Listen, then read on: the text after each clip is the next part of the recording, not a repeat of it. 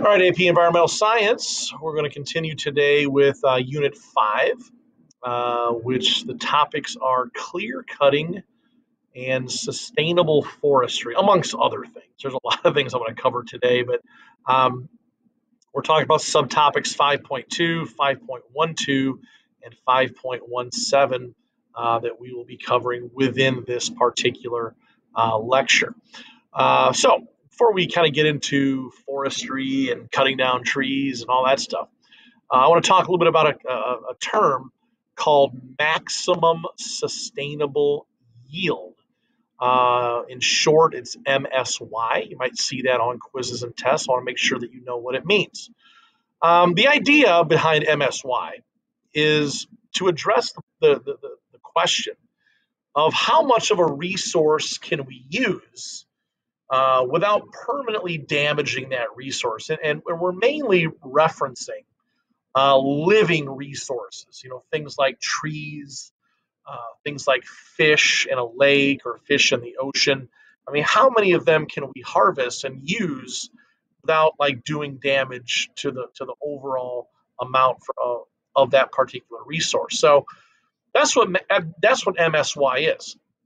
It's basically kind of a measurement of how much of a particular species you can remove without damaging the future availability of that resource. Okay, so I think this can best be explained by a graph, and it's a graph that we've seen before. We've seen this kind of an S-shaped curve, which is a population curve, right? A population graph. I don't care if we're talking about fish in a lake or trees, in a forest, whatever it is. Living things grow with this, logistic growth curve in mind, right? So there might be slow growth at the beginning and then some faster growth, but eventually, as you get closer to that carrying capacity, the growth is going to slow down again. Well, the idea of MSY is that, let's say we're talking about fish in a lake or something. And let's just say, I'm going to use my little electronic pen here. Let's just say that the carrying capacity of fish in a particular lake is 1,000. Okay, so 1,000 fish is the carrying capacity. Well, if we're going to use those fish for food or whatever, the idea is we never want to remove more than half of them, right? More than half of them would be 500, right?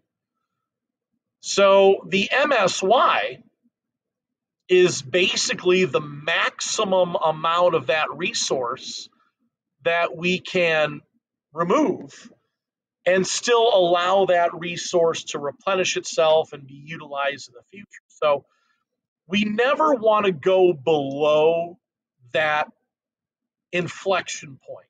We never want to go past, half of the carrying capacity, because if we do, we're putting that resource in risk of not being able to use it again. It might be totally depleted eventually. So never want to do that.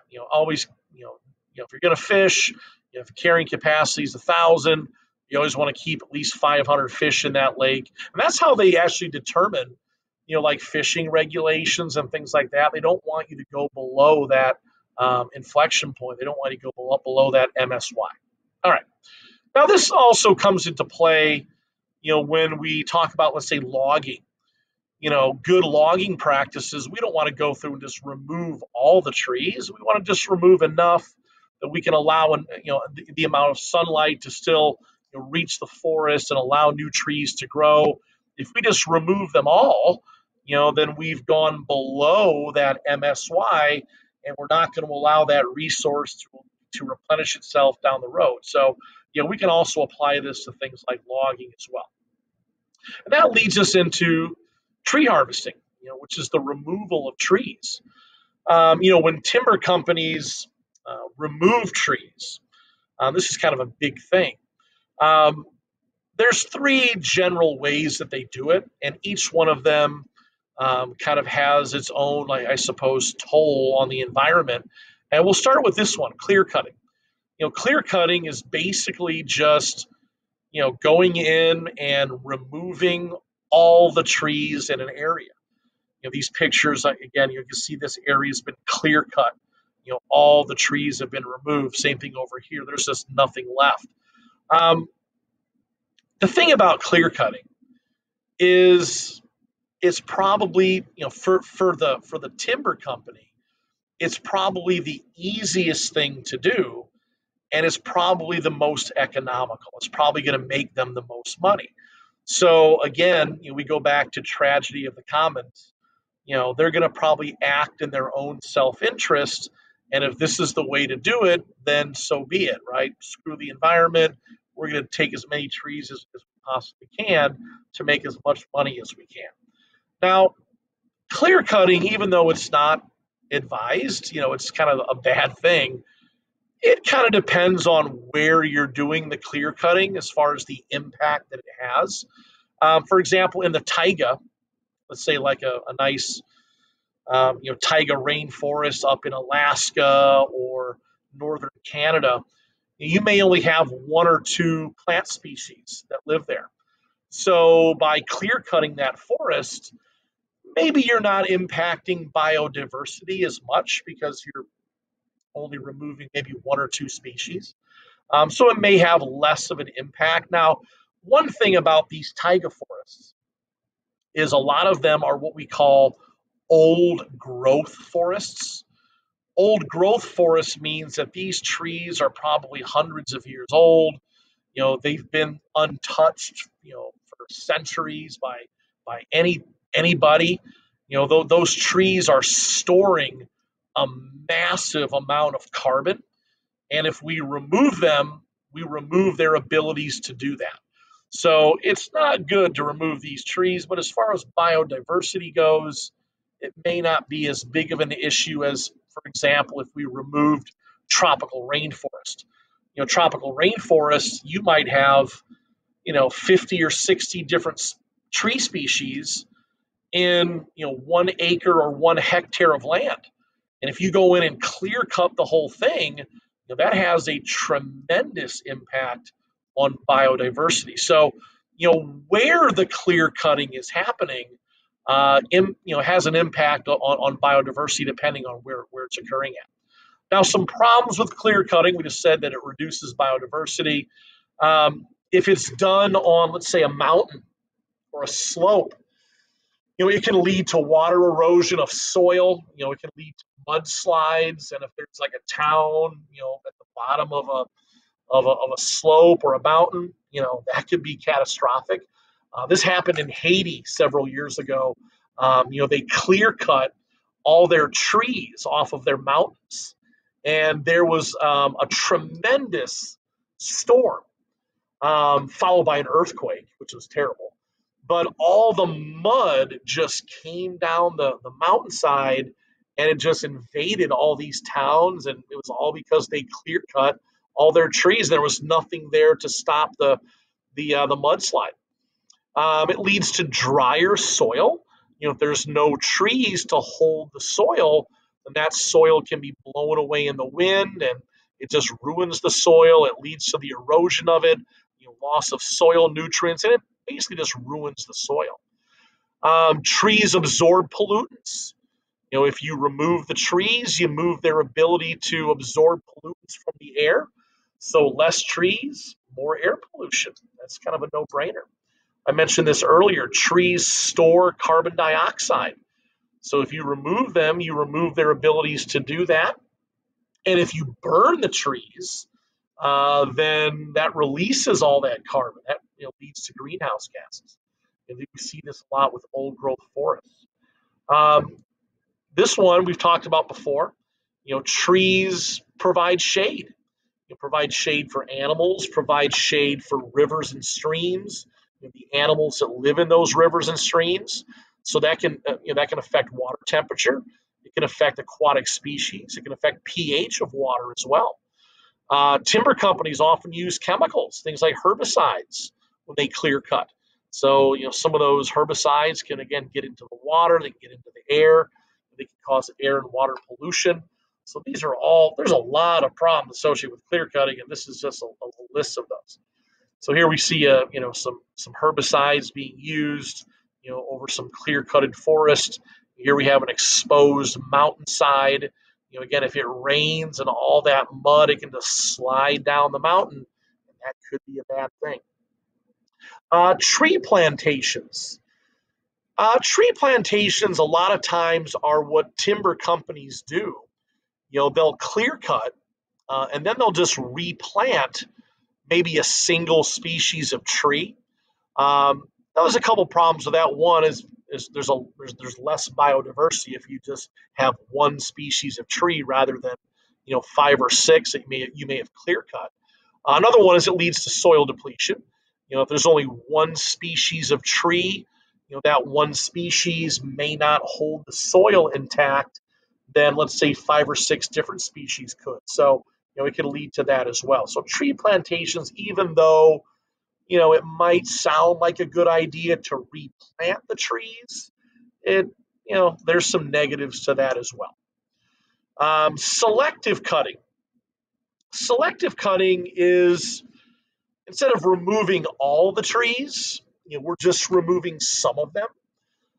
Some governments, some state governments, some federal governments around the world, they mandate that timber companies can only selectively cut trees. They can't clear cut. So, selectively cutting would be like removing, let's say, all the older trees and leaving maybe the younger trees behind and letting them grow. That may sound like a good thing. I mean, it's better than clear cutting, I suppose, but it does lead to some problems. One of them is fragmentation. We talked about fragmenting the habitat. If you're going to just remove some of these trees, you may have to build roads to carry in your equipment to remove some of those, and that might fragment the habitat. So fragmenting definitely can lead to a loss of biodiversity. We mentioned that back in Unit 2. So that can be fairly problematic. This here is showing us two different mountainsides, or maybe the same mountainside. Here we have a mountainside or a slope that was selectively cut. So only some of the trees were removed, the rest of them were left intact. You'll notice here that we have a stream at the bottom here. And that stream has fresh water, there's probably fish in it.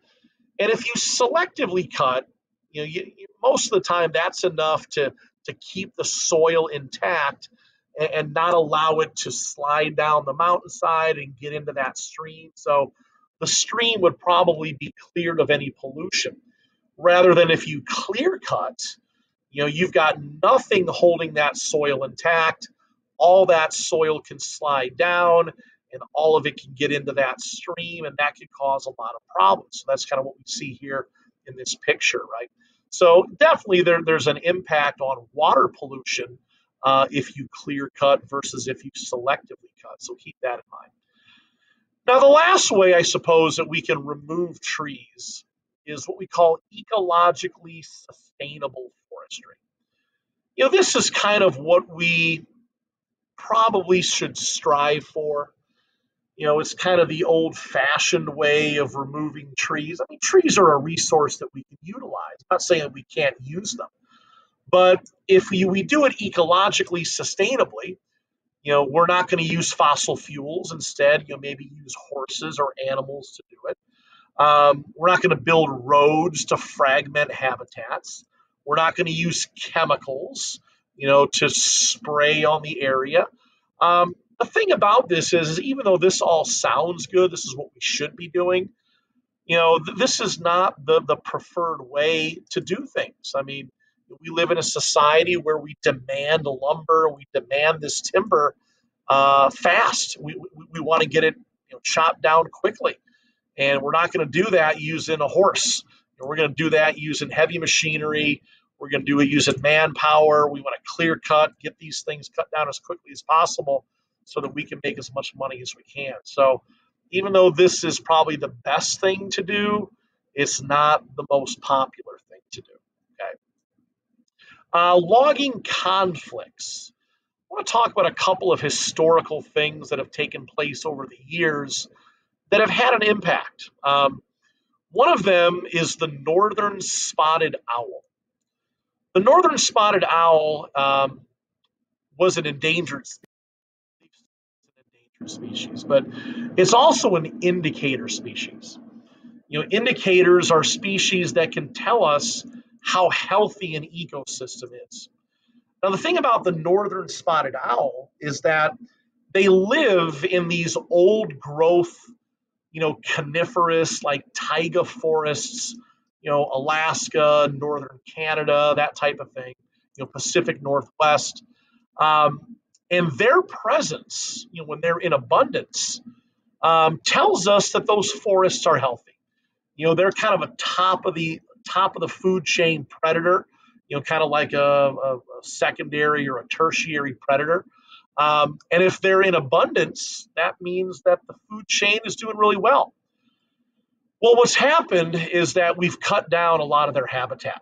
In fact, less than 10% of the old growth forests where these spotted owls live remains intact in the U.S. and in Alaska, Pacific Northwest and Alaska. So in 1991, something kind of interesting happened. In 1991, the federal government said, that's it. We're going to protect the habitat. We're going to protect these owls. And you can no longer cut down these old growth forests in these areas. So a lot of people were really happy about that, hey, we save these forests and we save the habitats for these owls and, everything was good. But you also have to remember that 30,000 people lost their job when that court decision was made. There were loggers who their livelihoods are made by, cutting down trees. They feed their families through these jobs. And now all of a sudden you're going to say that, well, we're going to lose our jobs because of a stupid owl or because of some trees that are growing in Alaska. Well, that's what it came down to. So this was kind of an interesting, debate that a lot of people got into was, should we save these habitats? Should we save these animals that live there? Or should we cut down these trees so that these loggers have jobs? I don't know. It kind of depends on what you value. I guess if I was a logger, I would probably be pretty upset, but if not, then, maybe you're more for preserving the habitat and helping these other animals out. I don't know. But it was kind of an interesting time. I mean, there was a Time magazine article, says who gives a hoot, right? The timber industry had to cut 30,000 jobs just to save this owl. Well, I mean, do you care about that or do you care about some loggers? I don't know. I mean, it kind of depends on sort of a moral dilemma, I guess, right? Another interesting conflict was by an individual. Her name was Julia Butterfly Hill. I put a link to a video in your Buzz agendas today about what she did. But to make a long story short, she lived in Northern California where all these big redwood trees are, right? These old growth forests. And these are getting cut down at sort of a record pace. And she said, enough is enough. And she literally climbed a 180-foot redwood tree and lived there for 2 years. She did not come out of the tree. She made it her home. People were like, pulling up or sending up, food to her in the tree and water and supplies. And she lived there for 2 years, rain or shine, snow, cold temperatures, the whole thing. And she did it as a protest. I'm not saying that I would do that. I'm not saying that you should do that, but she did it to make a statement. And basically what ended up happening from it was the timber company, the logging company said, okay, you win. We're no longer going to cut down these trees in this area of Northern California because enough people got together and said, hey, we're going to back Julia Butterfly Hill and her cause because we think that that's important. We don't want these redwood trees that have been alive for hundreds of years to be removed. So she got what she wanted. The people got what they wanted, but it's again an example of how one person can make a difference. I think Julia Butterfly Hill is a very important historical figure in environmentalism. I'm not saying that everybody needs to be an environmentalist, but she definitely was. She made a statement. The very last thing today that I want to talk about is forest fires.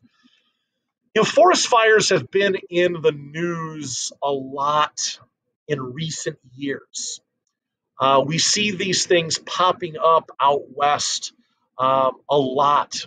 Um, and I want us to understand one thing about forest fires is a lot of them are natural. In fact, forest fires are a natural process. They're important for nutrient cycling. They allow nutrients to get back into the soil.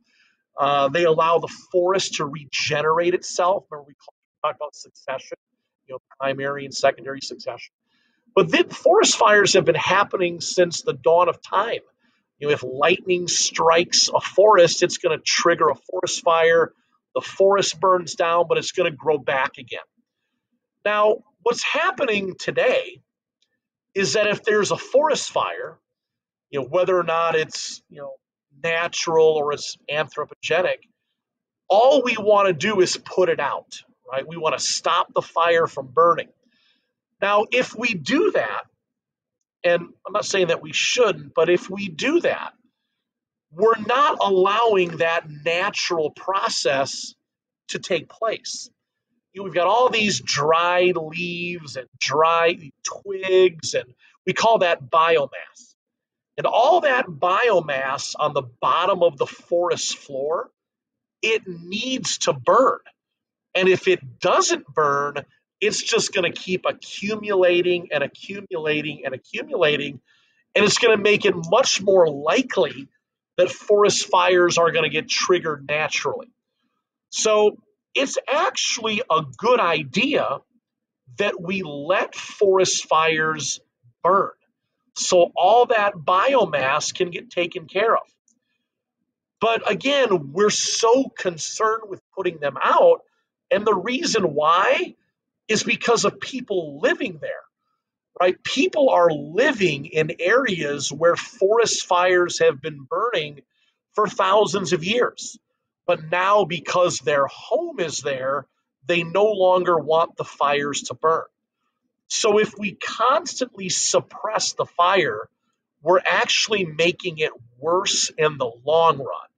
But because people live there, we want to protect their homes and we put the fires out. So that's kind of a dilemma. Maybe, here's an idea, maybe don't move or build your home where there are forest fires that occur naturally. Just an idea. I don't know.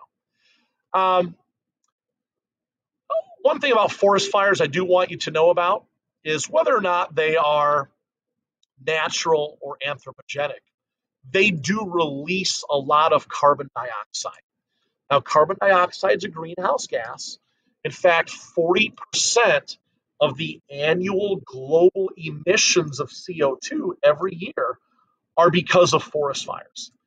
Now, the thing is, if these fires are burning more because we're suppressing them so much, that number might go up.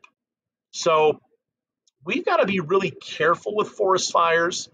I think the best idea is to let them burn. But again, when people's lives and people's homes are at stake, that's not a real easy decision to make. There is something that we do. It's called a prescribed burn. What prescribed burns are deliberately setting fires. We set them on purpose under controlled conditions. Here, for example, is a firefighter, and they do this a lot. Like the fire companies will go out and they will set fire to these areas where there's a lot of biomass that's accumulated, and they'll control the burn. They'll make sure that it's managed properly, but they burn all that biomass so that down the road it doesn't trigger a much larger forest fire that could be really problematic. So prescribed burns are really good ideas to help control all of that biomass. All right, guys, a lot today that I threw at you. Make sure you look over this material. Make sure you do the note review in Buzz. Guys, have a great day. Thank you.